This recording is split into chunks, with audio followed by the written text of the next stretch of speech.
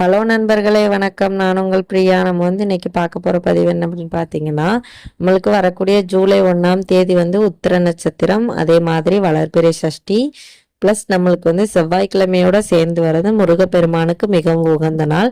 அதே மாதிரி ஐயப்பர் கடவுளுக்கும் உத்திர நட்சத்திரம் உகந்தது. ஐயப்பரோட நட்சத்திரம் தான் உத்திர நட்சத்திரம்.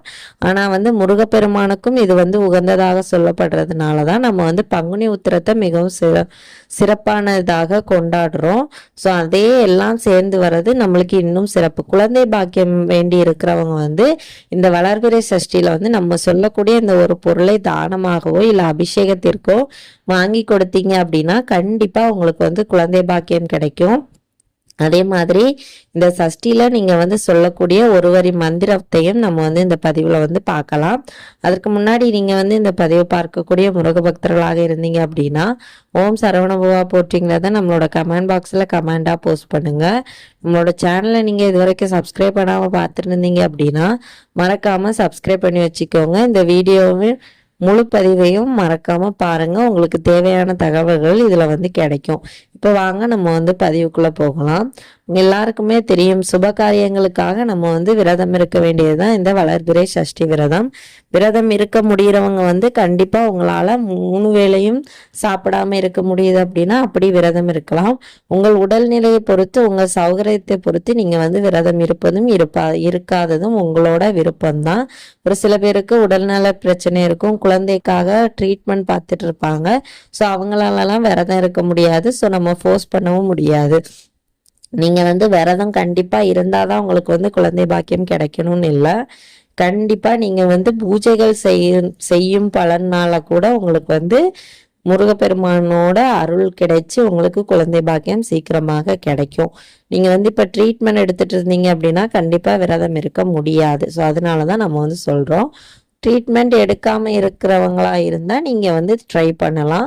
விரதம் இருங்க. உங்களால சாப்பாடு எடுத்துட்டு விரதம் எடுக்க முடியுது அப்படின்னா அப்படியும் இருக்கலாம். சாப்பாடு எடுத்துட்டு எப்படிங்க விரதம் இருக்கிறது அப்படின்னு கேட்டீங்கன்னா ஒரு வேளை மட்டும் உணவு எடுத்து விரதம் இருக்கலாம். இல்ல காலையில ஒரு இட்லி சாப்பிடுங்க, மத்தியானம் கொஞ்சமா பால் எடுத்துக்கோங்க, அப்புறம் ஈவினிங் விரதத்தை முடிச்சுட்டு சாப்பிடுங்க. இப்படியும் நீங்க விரதம் இருக்கலாம்.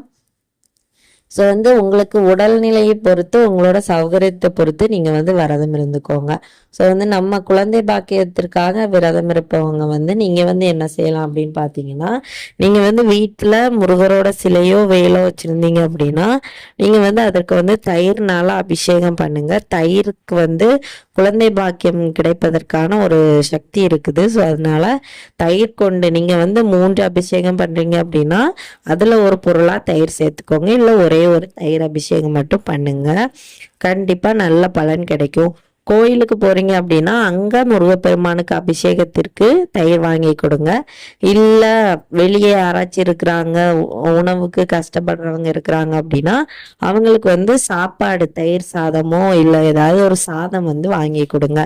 இப்படி கொடுக்கறதுனால கண்டிப்பா உங்களுக்கு குழந்தை பாக்கியம் கிடைக்கும். நம்மளுக்கு சஷ்டியில் இருந்தால்தான் அகப்பையில் வரும். சஷ்டியில விரதம் இருந்தோம் அப்படின்னா கண்டிப்பா உங்களோட அகப்பை ஆகிய கருப்பையில் குழந்தை தங்கும். அதை மனசுல வச்சுட்டு நீங்க செய்யுங்க. அன்னைக்கு நீங்க சொல்ல வேண்டிய முருகரோட ஒரு வரி மந்திரம் என்ன அப்படின்னு பாத்தீங்கன்னா, சஷ்டிங்கிறதுனால நம்ம ஓம் சஷ்டிபதியே நமோ நமகங்கிற மந்திரத்தை நீங்க உங்களால எத்தனை முறை சொல்ல முடியுதோ சொல்லுங்க. கந்த சஷ்டி கவசம் மறக்காம பாராயணம் பண்ணுங்க. உங்களால கந்த சஷ்டி கவசம் சொல்ல முடியல அப்படின்னா ஓம் சரவண பவாங்கிறத நீங்க 6 முறையோ 18 முறையோ 108 முறையோ சொல்லுங்க. இந்த பதிவு கண்டிப்பா ஒவ்வொரு முருக பக்தர்களுக்கு உபயோகமாக இருக்கும்னு நினைக்கிறேன். உபயோகமாக இருந்தது அப்படின்னா லைக் பண்ணுங்க. நம்மளோட சேனலை சப்ஸ்கிரைப் பண்ணி வச்சுக்கோங்க. இந்த வீடியோவின் முழு பதிவை பார்த்த அனைத்து நண்பர்களுக்கும் மிக்க நன்றி.